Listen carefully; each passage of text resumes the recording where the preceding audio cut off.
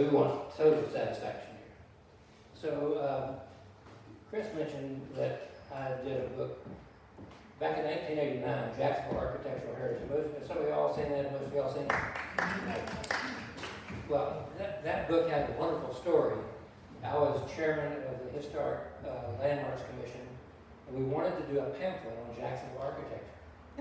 Nobody had researched it. It was brand, it was just totally not done.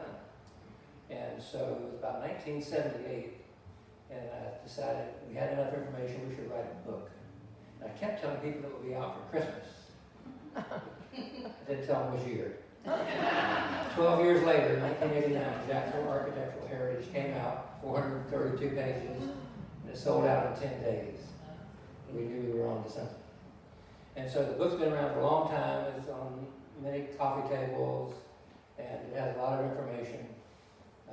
And I got asked a number of times to redo it, revise it. But in recent years, it's been out of print for a long time. And you know, an artist doesn't like to paint the same painting twice, and I just refused to do it. But then something happened.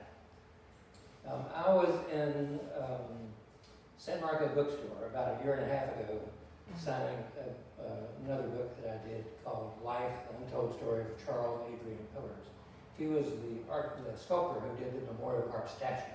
And if you haven't read that book, this is my 15th book, but that's the best story I've ever told. It is an amazing story, and I urge you to get that at the local bookstore.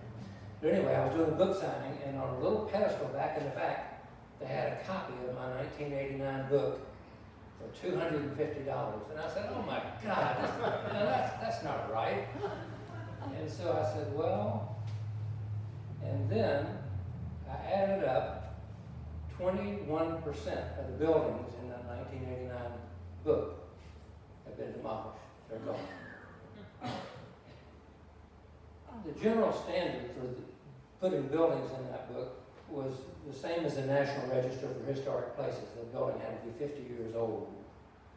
And so a lot of buildings that are really cool today that I love were not 50 years old, so didn't make it in that book. So I said, well, we got 21% of the buildings were gone. That gives us 21% more room to add some of my favorite modern buildings. And the National Register changed its criteria and said a building has to be 50 years old or architecturally or historically very significant. So I said, I could do that. And so we started looking at all the buildings that were gone. It's really sad to see how much of our buildings are gone just in that length of time. Beautiful skyscrapers, wonderful Art Deco building like the Clutho design West Bay Post Office. The Women's Club was devoured by Formosan termites. Wonderful mansions and big, wonderful homes in Riverside have been torn down, or in this case, barged away. Our beautiful railroad train downtown got given away by the mayor of Jacksonville. It's tragic. Probably a dozen buildings built before 1900 in Mandarin have been torn down.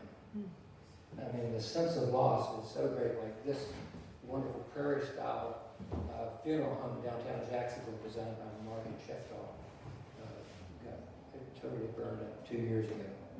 So buildings are gone. They're going. And here at the beach is no exception. Buildings like this little bungalow that is so beautiful. It's a true work of art. And it's not a castle. It's not, a giant landmark. But it makes up the fabric of what is really the beaches. And we're losing so many of those. So many of the buildings like the Pure Oil Station. These were all in the previous book. Little bungalows. They're the old beach houses that are really what the history of the beach used to be about.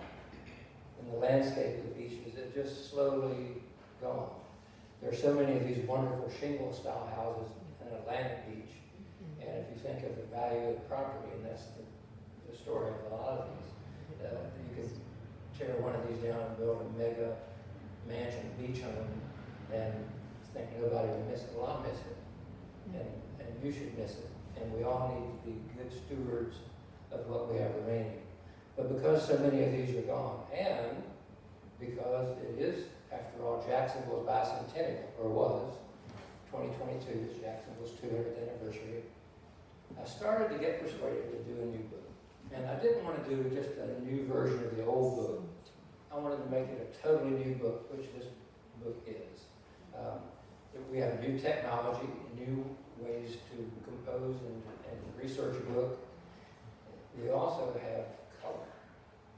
The old book was black and white, and it was kind of drab and dreary, and frankly, because it was done as part of the City Commission of Jacksonville, there was an awful lot of stuff I wanted to put in there that got watered down, and I didn't need the book. So this new book has opinions, it has beautiful color, it has stuff that you can't imagine in it. And if you have the old book, I would urge you to throw it away or give it away and get this new one, because this is a totally new book. A good friend of mine, Mark Cranston, is a wonderful photographer. Many of you may have met him. He is one of Jacksonville's best photographers. He did that great picture of the Memorial Park statue in the hurricane with the waves washing over it. And so I talked him into becoming the lead photographer. We had about half a dozen photographers, and he took about half the photos. This book has 900 photos. It has 800 buildings, 400 of those are new. And Mark also had a cool thing that attracted me. It was called a drone. Now, many of these buildings, you cannot really see them to take a picture unless you have a drone. I consider every photo of every building like you would be in a photographer's studio taking a picture of your daughter. You know, you pose and you find the best light and the best position. And so every building in this book, we tried to get the best portrait of it we could. And Mark was a genius at coming up with the photography. Here's a picture of the building one building in the old book, and it just looks better in color, taken from a drone where you get just the right angle. Or a building like this is a wonderful mansion in Avondale, but it shows up in color. And so we wanted this book not only to showcase Jacksonville's buildings, but to be itself the book, a work of art. And then, because of the 50-year rule being waived, there are modern buildings you would not have imagined would be in a book about historic buildings. But now these buildings, in a collection we call mid-century modern, are now part of Jacksonville's historic landmarks. And taken from a drone, you can't see this building on the ground. Lana and I drove by this a couple nights ago, and seen from the street, you never even would notice this building. But seen from the air, you can see it's a work of sculpture designed by architect Ted Pappas. This is Resurrection Catholic Church in Arlington. And so many other buildings show up so much from the inside, like the Unitarian Church designed by Bob Broward. These are buildings that we now consider mid-century modern. Now, not all buildings built in the 1950s are mid-century, and certainly not all of them are modern. And even some of the buildings built in the 80s are still part of the collection of buildings that we call mid-century modern. After World War II, young architects came out of the service, and they were determined to change architecture for the better. Instead of the old fogey architecture we had in the 30s and 40s and early 50s, they were going to use the new materials, concrete, steel, and new shapes and forms that made homes and buildings that we lived in and worked in to be works of art in themselves. And so the creativity unleashed by those architects was impressive. One of the biggest shortcomings of the earlier book in 1989 was we did not have too many buildings that represented the African American community. Partly because most of them were not 50 years old, but also many of them were not what you would call historically classical architecture. They were somewhat primitive, somewhat naive, beautiful. And like these churches in the black community that were designed by African American architects, in many cases built by the congregations themselves. So we have a wonderful collection of over 80 buildings of African American cultural significance that are important architecturally, historically, But also, even in the civil rights movement, like this building, Martin Luther King gave his only speech in Jacksonville. There was also a lot of very solid African-American neighborhoods. One was called Sugar Hill, and it was where most of the upper middle class African-American professionals lived. And I-95 was intentionally built right through this neighborhood to separate the African-American neighborhoods. And the loss of that is a heartbreaking loss, not just to the black community, but also to all of Jacksonville. And this is one of the few of those big mansions in the black community in Sugar Hill that still remains.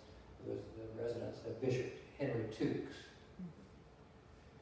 The first African-American office building in the South was the Masonic Temple. It's now on Broad Street, designed by Margaret Jeffdall, and somewhat of a prairie style, kind of reminiscent of Louis Sullivan's Wainwright building in St. Louis. A beautiful jewel box that is a treasure for our city. And as you drive through many of the older neighborhoods, you'll see small buildings like this that you wouldn't pay a mind with to. You just drive right by, not realizing the history of it. So one of the things this book does is tell the story of every building, and this one tells the story of when this house was lived in by Zora Neale Hurston, the great African-American writer, poet, and playwright. Now, we have many historic photographs in the book, and the beaches are rich in their photographic collections. And I love this picture of the cars on the beach from the 1920s with a great roller coaster in the back. Or just scenes like this that make this whole area unique. But Jacksonville beaches have a very strong African-American heritage too, and I'm glad to hear you're going to have some future talks coming up about that.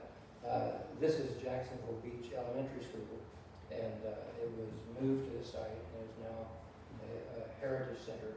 It's the first school exclusively for blacks in the entire beaches area from Fort George Island all the way to Ponte Vedra. And it's still there. The beaches have so many colorful buildings that often get overlooked just because they just seem to blend in the background.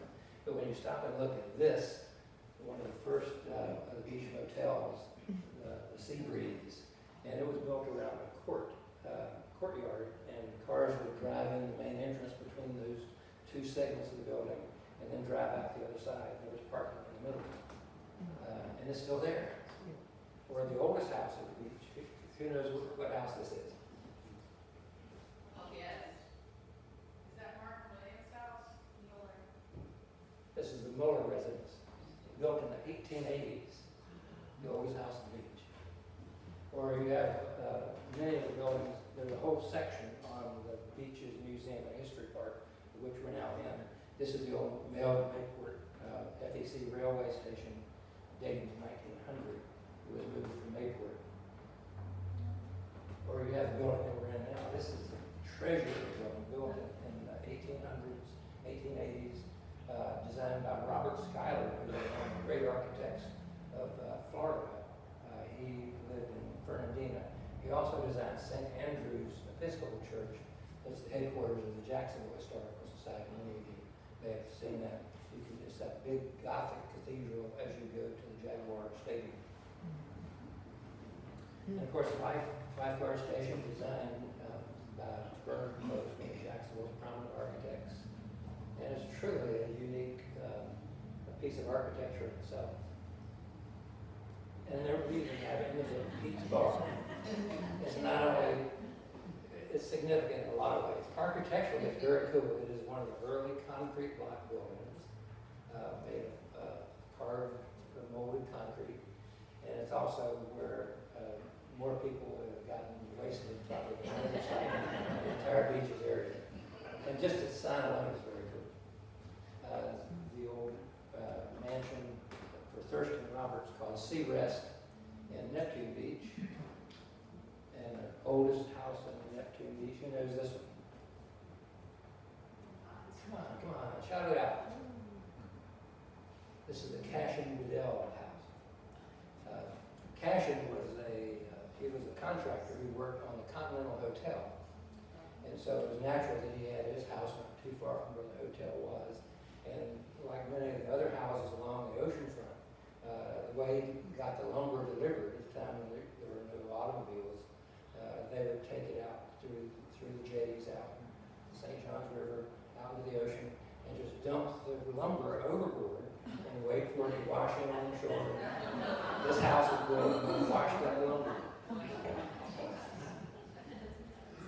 Christopher Bull House also is one of the older houses. Originally, this one had palm trees instead of those white columns. All the columns on the porch were made out of palm trees. And this was supposedly the party house on the beaches. It had dozens of bedrooms and many entrances to get in and out, and there are stories there that I can't tell before I have such a proper audience as this. And then there are a lot of shingle-style houses along the beach. Fewer than there were when the book was written. There's several that have been torn down. But these buildings are shingle-style, typical of beach houses up in the northeastern United States, where the roof, the walls, the columns, every part of the house is covered with cypress shingles in this case. The biggest house built in Jacksonville, in the entire city of Jacksonville during the 1930s, was this house for William Harlow Rogers up at the very tip of Atlantic Beach, right up on Seminole Road. This building is massive, and how anybody had enough money in the middle of the Depression to build a mansion this big, but it's still there. And I've talked to the owner, and he might be interested in doing a fundraiser there. Chris, let's talk about that. Then there are modern skyscrapers. This was designed by one of the great architects in Miami, who was known for his big, giant hotels down there, and the beautiful sweeping S-curve makes it unique in all of Jacksonville. And then there are buildings like this. They're just a wonder, a marvel. And this is built in the 1990s, so you wouldn't really think of this normally as mid-century modern, but it really is in the vein of mid-century architecture. It's a truly modern building, designed by architect William Morgan as part of his treehouse series. And this house cannot be seen today because it is covered with trees. Other than from that window, you can look out and see the ocean. It's just a wonder, and the way these balconies work is they're cantilevered. Not everybody understands cantilever, but you can extend a structure outward if you have equal amount of support on the outside as on the inside of the structure. So it's perfectly balanced. It'll stay that way forever. Those will never sag, and that gives it a dramatic cantilever effect for the balconies as well as the roof. William Morgan was a genius.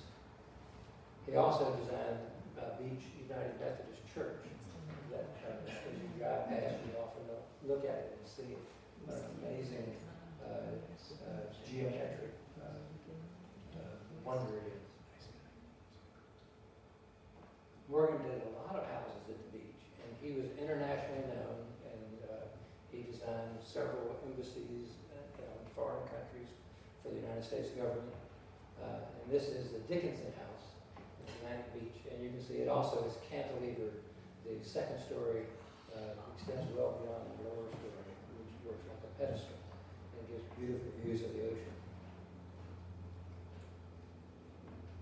One of the most remarkable things in Morgan's work here at the beach is a small collection of his buildings that are unlike any other architects in America.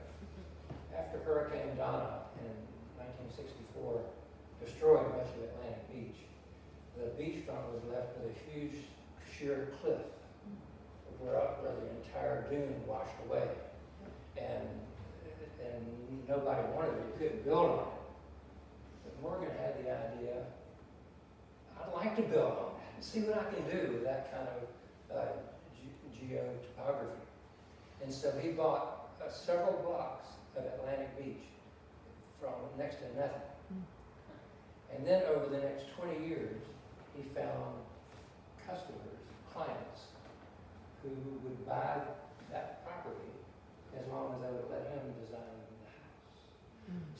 2-block area, there is a unique collection of William Morgan's homes, the most modern homes in Jacksonville, even to this day, built starting in the 1970s, that are a total catalog of all of his different styles over the rest of his career. It's unique in America that an architect would have this portfolio of all of their buildings in one consolidated area. And if you've never gone there, I'd urge you to. It's up off 19th Street in Atlantic Beach. And here are 3 of them side by side. Many of you may recognize the famous Dune House. It was featured in Playboy magazine, and it's now 2 apartments. And they were dug out of the earth, filled in with gunite concrete in a shell. And they're really beautiful and pleasant and surprisingly roomy inside. And next door to that is the house that Morgan designed for himself. This was built in 1970 and also was featured in magazines all over the world. It's built into the dune. It actually is part of the dune. It forms the shape of the dune and it's triangular appearance. And it's 4 stories tall, and it's just a spectacular house. Next door to that is a house he built 20 years later for his son Dylan.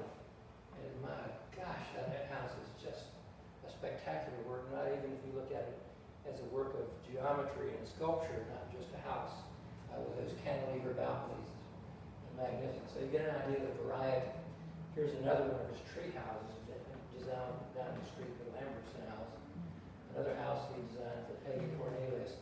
Totally different style, but still embodying all of these modern theories of architecture where he pays homage to the old beach houses long ago and turns it into a house of modern styling and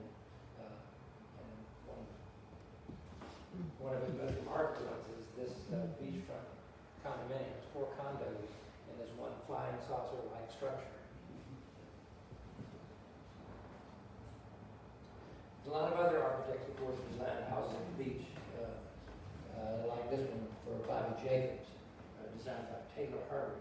Taylor Harvey was another contemporary of Bill Morgan, and he designed Haydenburg Library downtown, Friendship Fountain, and many other wonderful houses at the beach.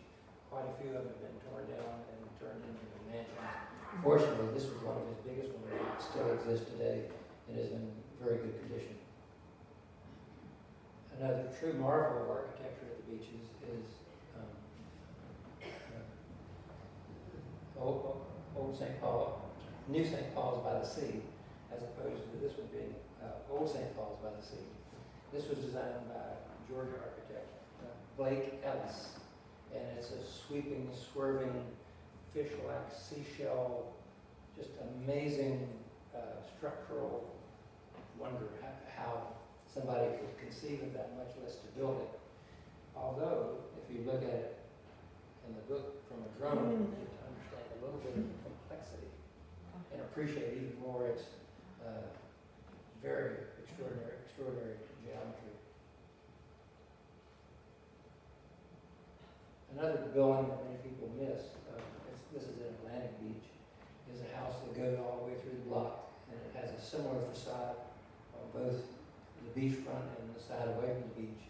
This was designed by a young architect named Robert Griffith Ernest around 1970. He was touted as potentially being one of the great architects ever in America. He died at age 29 after building only 2 houses with a brain tumor. Very tragic. This man could have been one of the greatest architects of all time. And then, of course, we have buildings all the way to Fort George as part of the beaches architecture.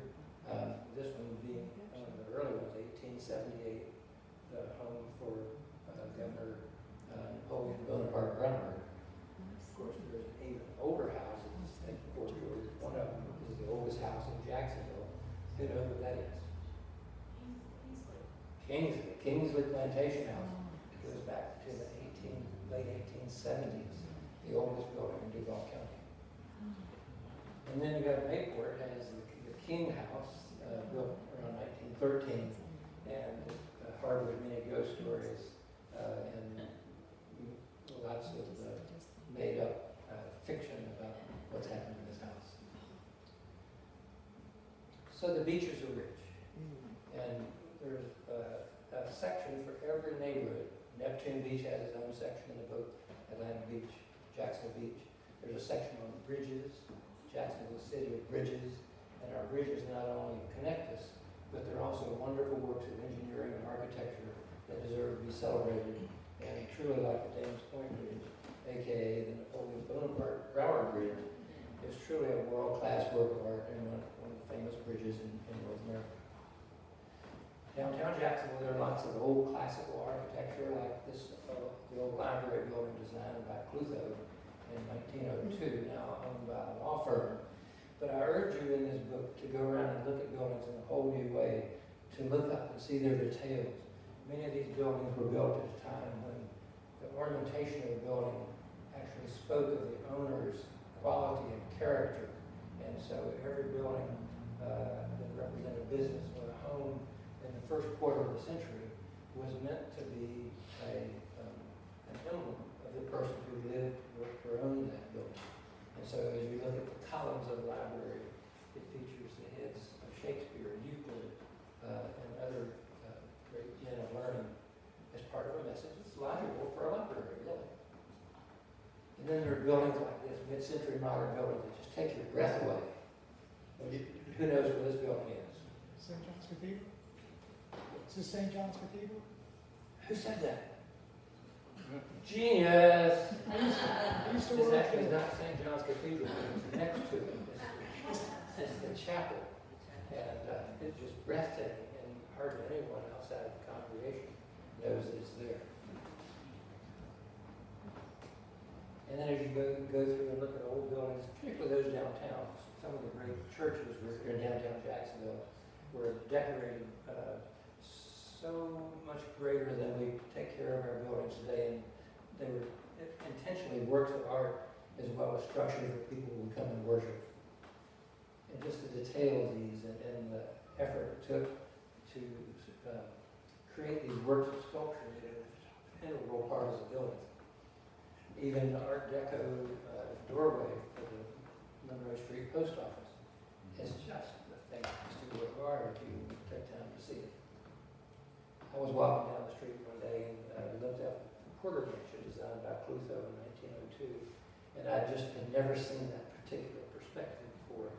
And I thought, my gosh, this man, this architect, in his mind could visualize how this was going to look, and that I would discover 100 years later and see it, and I wonder if he knew how much I enjoyed it. So art is everywhere.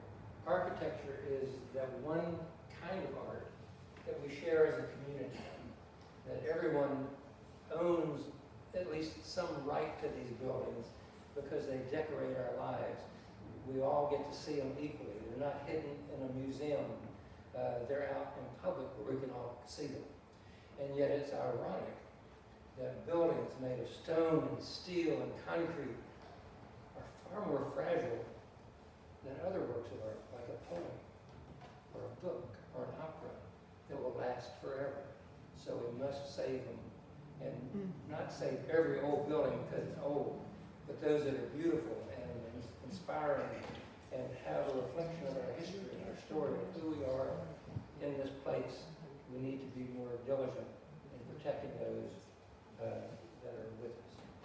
There are lots of old photographs in the building, in the book, because I think old photographs show a perspective that's necessary to fully appreciate. And seeing the old Florida Theater with all the cars parked in front, you realize what life was like when that building was built. But also to take you inside that building today and see the wonderful artwork that is the Bicentennial art that makes this building one of the great theaters in the South. Truly one of the greatest works of art and architecture in all of Jacksonville is the St. James Building, now the City Hall.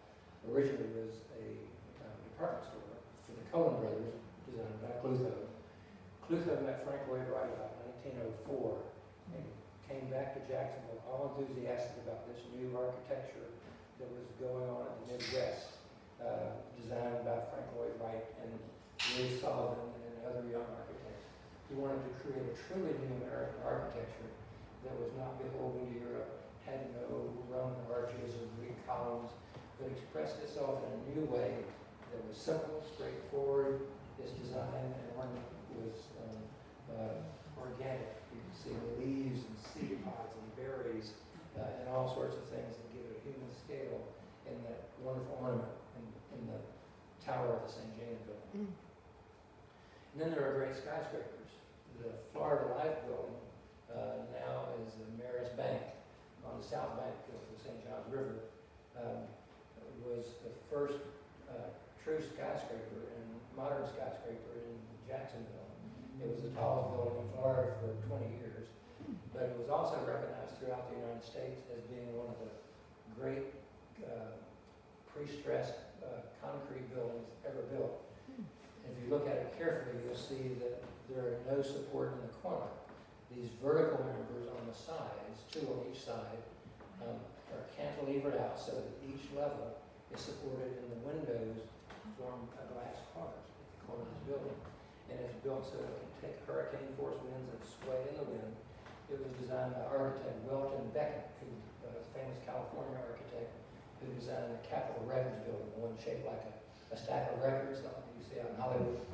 And this is on the National Register of Concrete Buildings and considered one of the 10 great concrete buildings in the world. Where is that? Oh my God. That's the chart house. When you see it from the air, you can see all of its organic splendor. This was designed by Kendrick Bain Kellogg, a great California architect, famous throughout the world. And his style of architecture, derived from Frank Lloyd Wright, is now called organic architecture because it becomes part of the earth. It's curving, sinuous walls and roof are like an organism growing out of the ground. And it is truly one of Jacksonville's great modern buildings. And I think 100 years from now, when when architectural historians come to Jacksonville, they will want to see the St. James building, the Gulf Light building, the Hayden Burns Library, and the chart house. It does get torn down. Then there's Mandarin. Mandarin is like an intact farm community directly from the 1880s. And there are dozens of old houses there pre-1900 that are pretty much in relationship to where they were back when Harriet Beecher Stowe was there in the 1870s and 80s. It's just other buildings have grown up in between, and you no longer see houses that would normally be a quarter or half a mile apart are now filled in with other houses around them. And they're a wonder to behold. They're beautiful architecture, as well as the fact they're so old, and there's such a wonderful collection of them. We need to work on not letting any more Mandarin houses be torn down. There were plenty of houses in Jacksonville before 1900. People think because we had a great fire that burned most of downtown in 1901, we don't have any pre-1900 houses. But we have lots of them, probably 100 of them. And this is the old Brewster Hospital. It was a nurse's hospital. And you can see the date of it. It's on Monroe Street, I believe. Next time you drive by, look, because in the top of the capitals, there is the date of the building. 1885 is when it was built. It's carved right into the architecture. There's also another collection of old buildings along the south bank of the river. In the 1880s, wealthy northerners came to Jacksonville for their winter homes and bought big tracts of land and tried to grow oranges, some successful, some not. But there is a series of old houses well before 1900 that go all the way from St. Nicholas, as this house is, to Oak Haven, Empire Point, Clifton.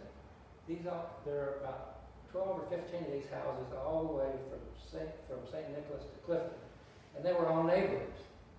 And, the houses were about a mile apart. And now, you don't realize that they're because they're filled in with housing developments all around them. But that grouping of houses, I call the Southern Crescent, is still there. Very few of them have been torn down. In Springfield, there is also a wonderful row of pre-1900 houses along Hubbard Street. There are 8 or 9 houses like this one that were built in the 1880s. Jacksonville has some wonderful architecture. This one you may not consider wonderful, but it's historically interesting. Who knows what that is?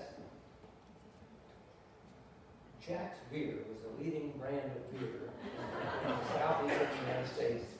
And a guy named William Osler who was a German brewer, came to Jacksonville in 1930 and started the Jack's Brewery and built this wonderful industrial building. And unfortunately, it was just 5 years before alcohol was outlawed. And so he weathered through that period of prohibition by making ice cream and ice and near beer, not quite alcohol. And then in 1933, when prohibition is over, he hits the ground running. He's the biggest beer seller in all the southeastern United States, and happened to name it after our town of Jack's. And this is still there. This tall building is gone. The chimney is gone. But all these buildings with serrated edges, and these buildings are all still there over near Stanton High School. And then there's a wonderful collection of buildings up on the Trout River in North Jacksonville. A man named King Solomon Rathley was not trained as a builder or an architect, but he decided he wanted to build some houses. And so he built houses that I've categorized as marine deco. So they're sort of art deco in sensibility, but with none of the typical art deco manifestations. All the corners are rounded. They have these wonderful windows and lines and things that form a pattern. And because they have flat roofs, they all have to be drained by drain pipes, which become part of the decoration. And as you drive down Trout River Boulevard, once you see these, you just can't stop looking because they're incredible. There are old mansions in Ortega, and many people know that Ortega was started, the development was about 1908. And this was one of the first big houses for actually one of the developers of the subdivision. But also in Ortega are buildings that are not old mansions, but buildings like this, that are ultra-modern buildings, like this one designed by Bob Browder, an office building on the river. And then Riverside particularly has a lot of prairie-style buildings.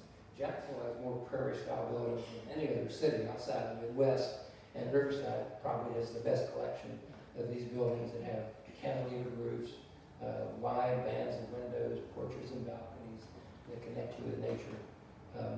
And this is the new modern American architecture that these architects out in the Midwest were trying to create. Unfortunately, this movement died out around 1920.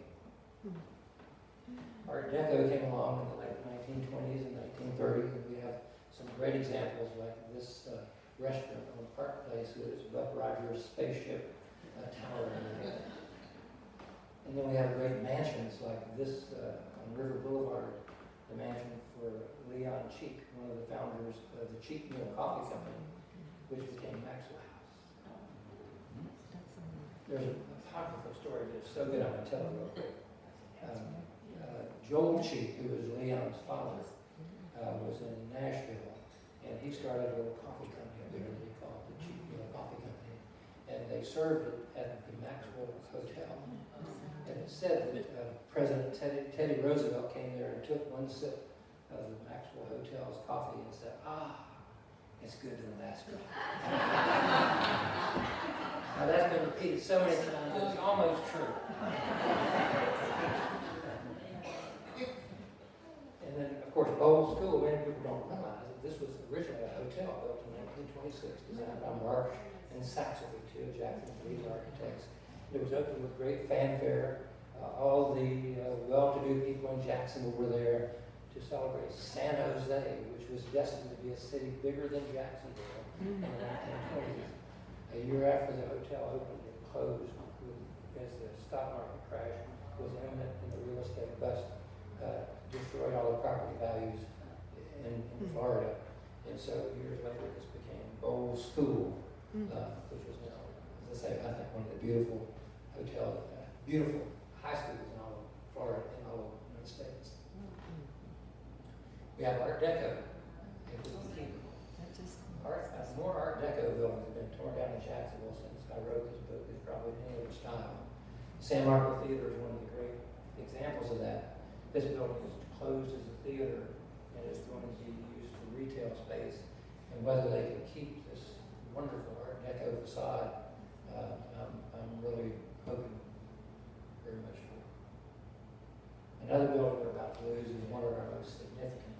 The old Ford Motor Company assembly plant, built in the 1920s, was designed by a world-renowned architect named Albert Kahn. He designed over 500 buildings for Henry Ford, and as well as Chrysler Corporation and General Motors. He was the industrial architect of the 1920s and 30s, and to have one of his buildings in our city is just a miracle. The pilings on the part that are over the river are sinking, and so the owner of this building is going to tear the whole thing down rather than just the part over the water. And we urge it to save the part on land at least.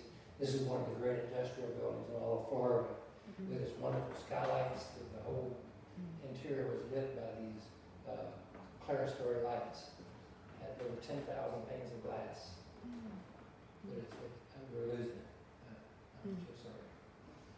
Three of the most significant buildings in all of Jacksonville are the Large Street Trio. My friend Jerry Spinks coined that term to help save them because they've been vacant for over 20 years.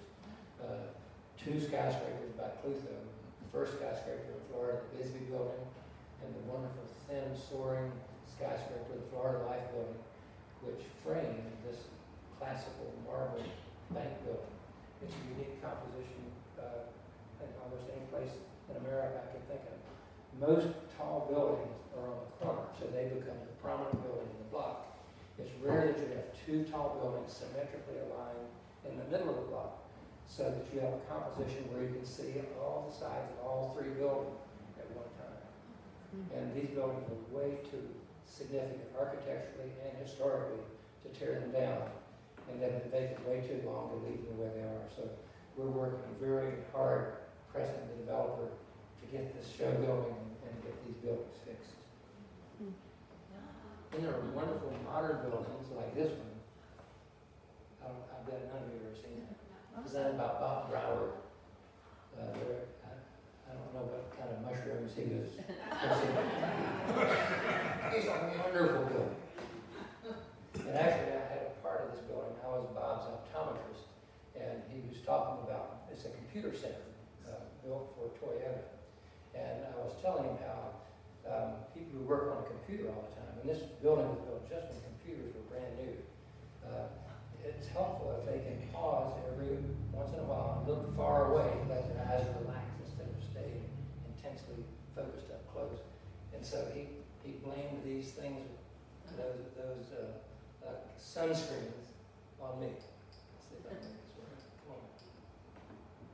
Back. Yeah, so I get partial blame for these eye shapes. Where is that building? It's in the Bay Meadows area. You have to read the book.